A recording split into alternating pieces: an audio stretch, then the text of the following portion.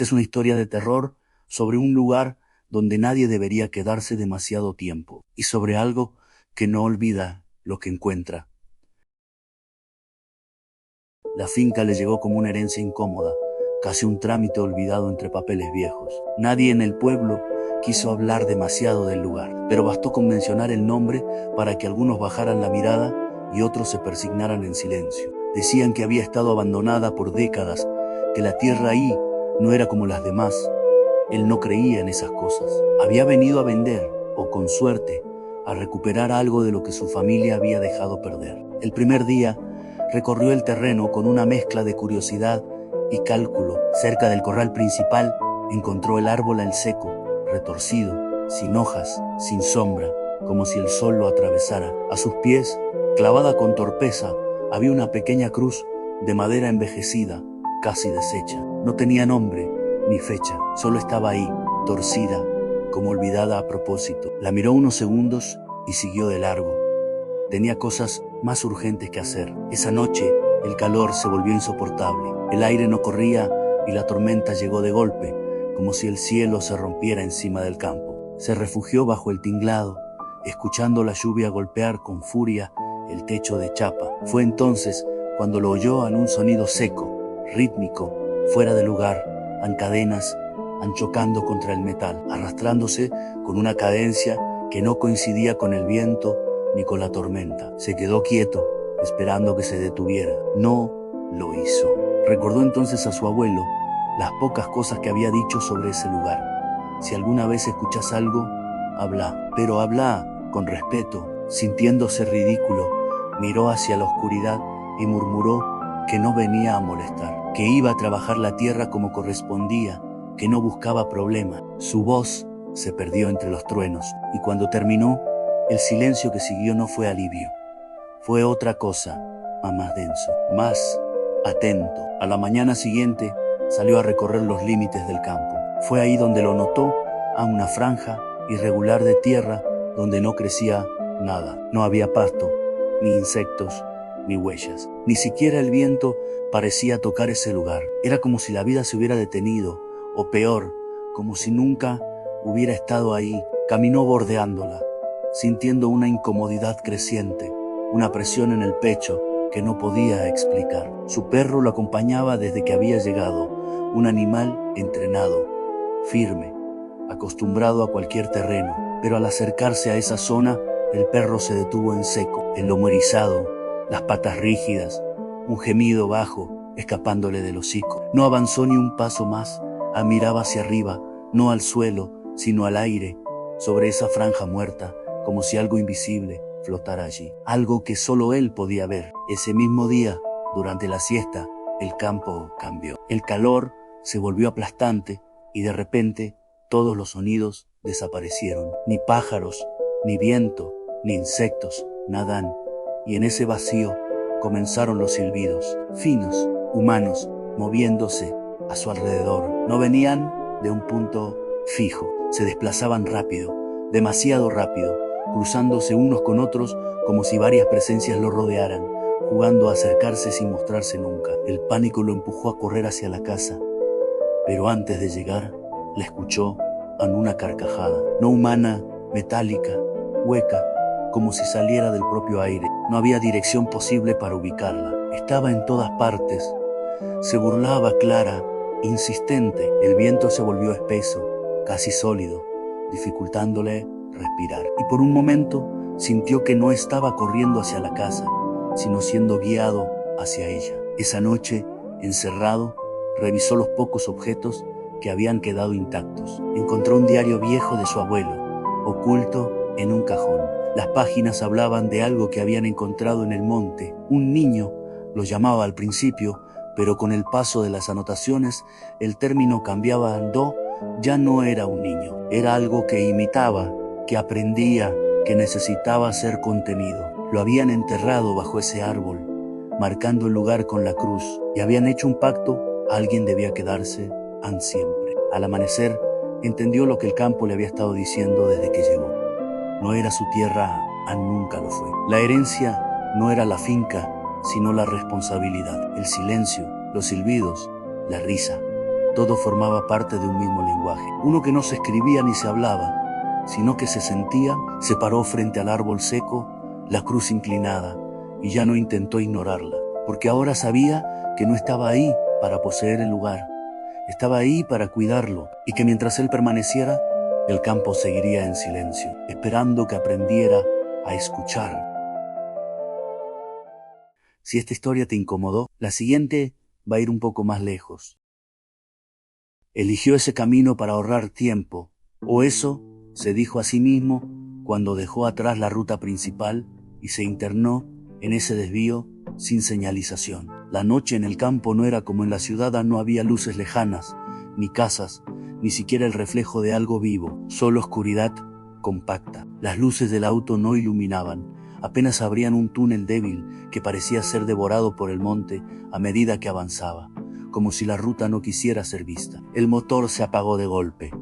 No hubo tironeos, ni aviso previo, simplemente murió. El tablero quedó encendido unos segundos más antes de apagarse también, como si algo estuviera drenando la energía desde adentro. Intentó girar la llave, pero no hubo respuesta. El silencio que siguió no era normal, era pesado, denso, como si el sonido mismo hubiera sido arrancado del aire. Pasaron unos minutos antes de que notara la luz, lejana, amarilla, temblorosa. Dudó, pero quedarse en el auto no parecía una mejor opción. Caminó hacia ella, sintiendo la tierra más blanda de lo normal bajo sus pies. Al acercarse, la vio en una estación de servicio vieja, fuera de época. Los surtidores eran de metal oxidado, con mangueras gruesas y rígidas, como si llevaran décadas sin usarse. Y sin embargo, el farol seguía encendido. De la penumbra emergió un hombre. Llevaba un overol sucio, manchado de algo oscuro que despedía un olor mezcla de azufre y petróleo viejo. No, dijo una palabra. Solo lo miró fijo y señaló el surtidor. Sus movimientos eran lentos, rígidos. Cuando extendió la mano para cobrar, el protagonista sintió el frío de esa piel áspera, casi como corteza. Fue entonces cuando lo notó. Al bajar la vista, buscando la billetera, vio que el pantalón del overol no terminaba en pies. La tela caía y después nada. O peor, en algo que no era humano. Una forma seca, irregular, como una extensión de madera endurecida, terminada en algo que recordaba vagamente a una pezuña. No preguntó. No quiso saber. Pagó y se fue. Cuando volvió al auto y cerró la puerta, el alivio duró apenas un segundo. En el espejo retrovisor vio algo que no estaba antes. Una figura en el asiento trasero en C giró de golpe. Una mujer cubierta con un rebozo oscuro que le ocultaba el rostro. No la había visto entrar. No había escuchado la puerta. Ella habló en voz baja, apenas un susurro, aunque la llevara hasta el cruce de los lamentos. No supo por qué. Aceptó. Simplemente arrancó, y esta vez el auto respondió como si nada hubiera pasado. Mientras avanzaban, la sensación de realidad empezó a diluirse. El camino parecía repetirse.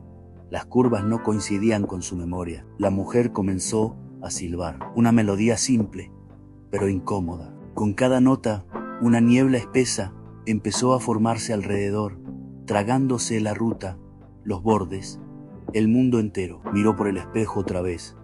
Ella ya no estaba quieta. Se había inclinado hacia adelante. Lentamente se llevó las manos al rebozo y lo apartó. Su rostro no era lo peor, era su cuello. Se estiraba de forma antinatural, alargándose como si no tuviera límite. Sus ojos eran completamente negros, sin reflejo humano. Cuando abrió la boca, la carcajada que salió no parecía salir de una garganta, sino de algo metálico, raspando desde adentro. El auto volvió a morir, esta vez sin transición. Frenó en seco y él no dudó. Abrió la puerta y corrió hacia el monte, sin mirar atrás.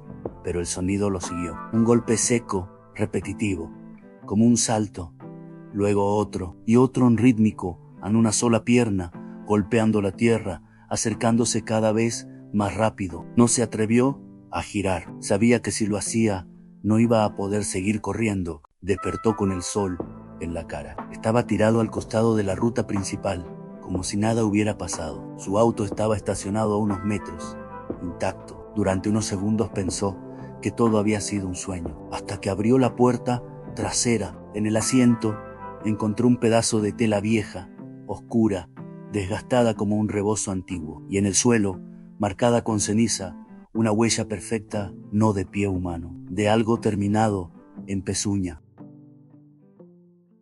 Seguimos con la última historia. El basurero se extendía como un páramo interminable, un desierto hecho de metal retorcido, plásticos derretidos y restos de cosas que alguna vez habían tenido dueño. El sol de Nuevo México caía sin piedad, haciendo vibrar el aire y levantando un olor espeso, dulzón, podrido. Oscar aceptó el trabajo sin hacer demasiadas preguntas. Necesitaba la plata. Al principio pensó que el olor era lo peor. Después entendió que no era el olor, era lo que lo producía. El hallazgo apareció al tercer día. No fue un cadáver completo, sino lo que quedaba de un animal, probablemente un perro. Pero no estaba comido, estaba abierto, la piel arrancada en tiras, la carne expuesta como si alguien hubiera querido ver qué había debajo. No había marcas de dientes claras ni señales de pelea, solo cortes irregulares, profundos, casi metódicos. No era hambre, era otra cosa, algo que jugaba con la muerte sin necesidad de alimentarse. Después vinieron las huellas. Al principio creyó que eran marcas de maquinaria, deformaciones del suelo por el peso de los camiones, pero al agacharse las vio mejor.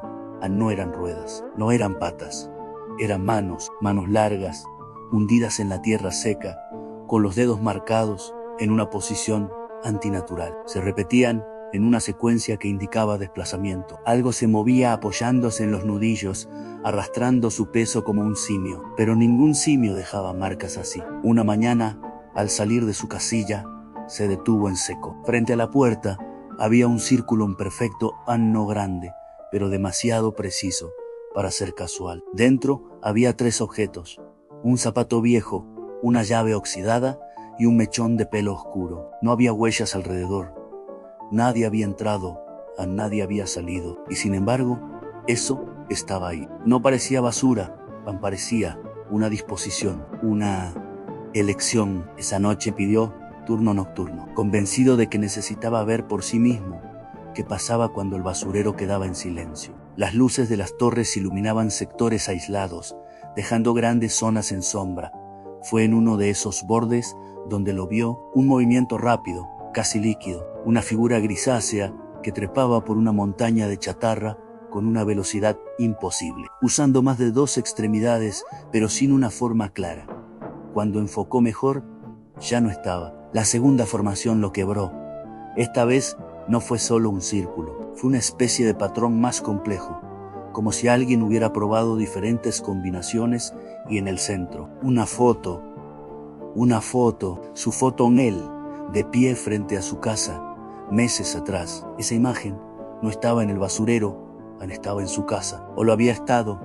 Sintió el estómago hundirse. Eso significaba que no se trataba de algo confinado a ese lugar. Algo había salido, algo lo había seguido. El encuentro ocurrió en la madrugada, cuando una neblina baja comenzó a cubrir el terreno. Algo raro para ese clima seco. La visibilidad cayó en segundos. Caminó lento, con la respiración contenida, y entonces lo vio a Ney a pocos metros. La criatura no era grande, pero su forma era incorrecta. Su piel tenía un tono gris ceniza, tensa en algunas partes, floja en otras. Sus ojos eran humanos, no por su forma, sino por la manera en que lo miraban, y su postura cambiaba constantemente, como si sus huesos no estuvieran fijados en un solo lugar. Esperó el ataque, no llegó. La criatura no avanzó, no mostró agresión, solo lo observó. Inclinó ligeramente la cabeza, como evaluándolo, como si lo reconociera, y en ese momento lo entendió. Eso no era un animal, no actuaba por instinto. Había intención, había criterio en esos círculos, esos objetos. No eran azar, eran decisiones, selección en registro, como si estuviera catalogando cosas, como si él fuera una más. No volvió a la casilla, no juntó sus cosas, subió a la camioneta y se fue con lo puesto, dejando todo atrás. Mientras avanzaba por el camino de salida, no pudo evitar mirar por el retrovisor. Y ahí estaba, sobre una montaña de basura, erguido por primera vez, más alto de lo que parecía, inquieto, observándolo no como un depredador que pierde a su presa, sino como un dueño que deja ir a algo que ya marcó. Años después, en la ciudad, la vida siguió. Otro trabajo, otro departamento, otra rutina, pero nunca volvió a sentirse realmente solo. Siempre revisaba las sombras, los rincones, los espacios donde algo podría estar mirando. Una noche, al llegar a su departamento, encontró algo apoyado contra la puerta, una lata abollada vieja, sucia, igual a miles que había visto en el basurero, pero esta no estaba ahí por casualidad, porque cuando la levantó, notó que estaba limpia en una parte, como si alguien la hubiera sostenido con cuidado, antes de dejarla exactamente donde él la iba a encontrar.